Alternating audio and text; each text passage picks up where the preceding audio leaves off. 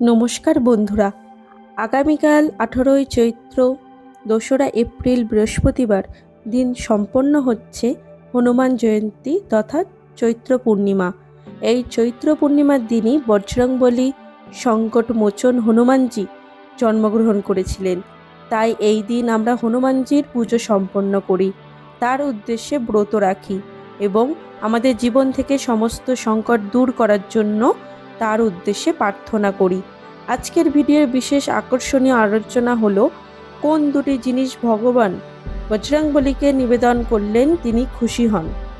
বন্ধুরা, এই বছর 1432 বঙ্গাব্দ 2026 সালে এই হনুমান জয়ন্তী আগামী 2রা এপ্রিল বৃহস্পতিবার দিন সম্পন্ন হলেও হনুমান জয়ন্তী তিথি শুরু হচ্ছে আগের দিন 17ই চৈত্র 1 এপ্রিল বুধবার সকাল 6:35 থেকে, যা থাকছে পরদিন বৃহস্পতিবার সকাল 6:48 পর্যন্ত। যেহেতু পূর্ণিমায় উদয় তিথি অর্থাৎ সূর্যগ্রহণের সময় বৃহস্পতিবার দিন পূর্ণিমা থাকছে, তাই হনুমান জয়ন্তী তথা চৈত্র পূর্ণিমা পালিত হবে মূলত লক্ষ্মীবার বৃহস্পতিবারেই। তাই এই বছর যদি আপনি হনুমান জয়ন্তী ব্রত পালন করতে চান, হনুমানজির উদ্দেশ্যে পুজো নিবেদন করতে চান, তাহলে বৃহস্পতিবার দিন তা সম্পন্ন করুন। তবে যদি একান্ত এই বৃহস্পতিবার দিন না পারেন, সেক্ষেত্রে আপনি আজ বুধবার দিন এই কাজ সম্পূর্ণ করতে পারেন, কারণ বুধবার সমগ্র দিনই জুড়েই পূর্ণিমা থাকছে। তাই এবছর বুধ ও বৃহস্পতিবার উভয় দিনই আপনি হনুমানজির উদ্দেশ্যে পুজো নিবেদন করতে পারেন। বন্ধুরা, হনুমান জয়ন্তীর দিন যদি হনুমানজির পূজা করতে পারেন তো খুবই ভালো। যদি তা কোনো কারণে সম্ভব না হয়, তাহলে অন্তত হনুমানজির উদ্দেশ্যে হনুমান জয়ন্তীর দিন এই দুটি জিনিস তাকে অবশ্যই নিবেদন করুন। দেখবেন আপনার সমস্ত বিপদ দূর হয়ে যাবে, আপনি সমস্ত কাজে সফল পাবেন। যে উদ্দেশ্যে আপনি হনুমানজির কাছে প্রার্থনা করবেন, সেই প্রার্থনা নিশ্চিত রূপে হনুমানজির কৃপায় পূরণ হবে। বন্ধুরা, আপনি যদি হনুমানজির উদ্দেশ্যে পুজো নিবেদন করে থাকেন, তাহলে মনে রাখবেন এই দুটি দ্রব্য ছাড়া হনুমানজি পুজো কখনোই সম্পূর্ণ হবে না।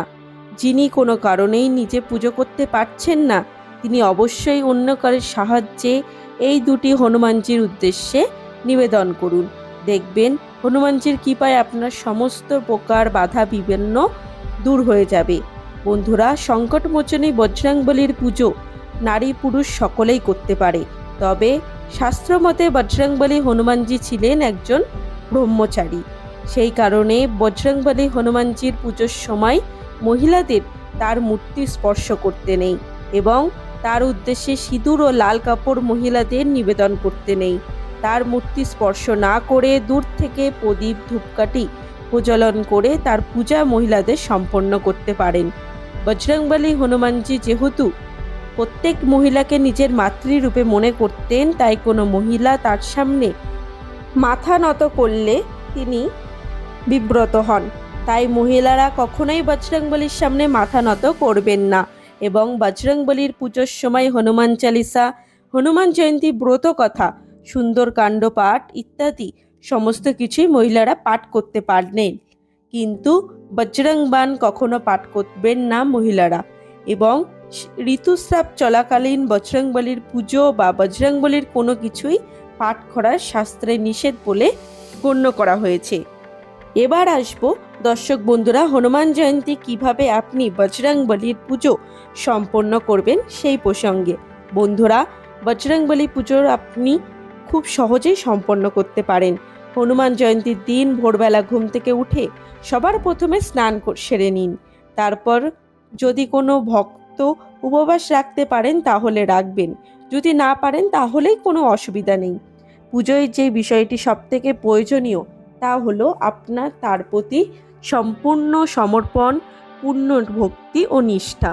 বন্ধুরা, হনুমানজি লাল বা কমলা রং অত্যন্ত পছন্দ করেন, তাই চেষ্টা করবেন লাল অথবা কমলা বা গেরুয়া বস্ত্র পরিধান করতে হনুমানজির উদ্দেশ্যে।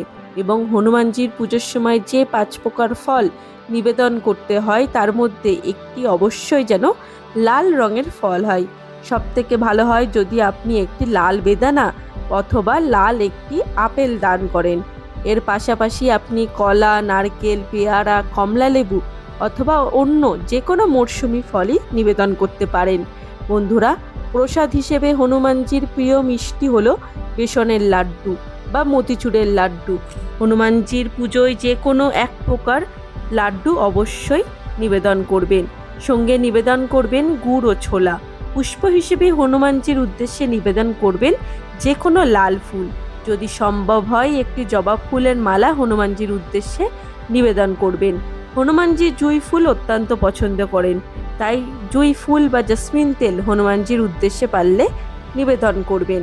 বন্ধুরা, যদি আপনারা কোনো বিশেষ মনস্কামনা থাকে তাহলে আপনি এই হনুমান জয়ন্তীর দিন 11টি পিপেল পাতা বা বট গাছের পাতার ওপর লাল চন্দন বা সিঁদুর এবং জুঁই তেল দিয়ে জয় শ্রীরাম এই কথাটি লিখে হনুমানজির উদ্দেশ্যে সেই পাতার মালা তৈরি করে তাকে নিবেদন করুন এবং তারপর আপনার মনের প্রার্থনা ব্যক্ত করুন। দেখবেন আপনারা সেই প্রার্থনা নিশ্চয়ই পূর্ণ হবে। বন্ধুরা, হনুমানজি পান অত্যন্তই পছন্দ, তাই পারলে হনুমানজির পুজোয় পান সুপারি অবশ্যই নিবেদন করুন। সঙ্গে পুজোর প্রসাদে অবশ্যই নিবেদন করুন তুলসী পাতা, কারণ হনুমানজি হলো শ্রীরাম ভক্ত আর শ্রীরাম হলো ভগবান বিষ্ণুর সপ্তম অবতার। তাই ভগবান বিষ্ণু অত্যন্ত প্রিয় তুলসী পাতা হনুমান পুজোর সময় হনুমানজির প্রসাদে অবশ্যই নিবেদন করতে ভুলবেন না। বন্ধুরা, হনুমানজির পুজোর সময় যে মন্ত্রটি অবশ্যই উচ্চারণ করতে হয় সেই মন্ত্রটি হলো ওম হনুমাতে নমঃ। সম্ভব হলে এই মন্ত্রটি হনুমান জয়ন্তীর পুজোর দিন 108 বার উচ্চারণ করুন। আর হ্যাঁ, এই দিন অবশ্যই হনুমান চালিসা পাঠ বা শ্রবণ করতে ভুলবেন না।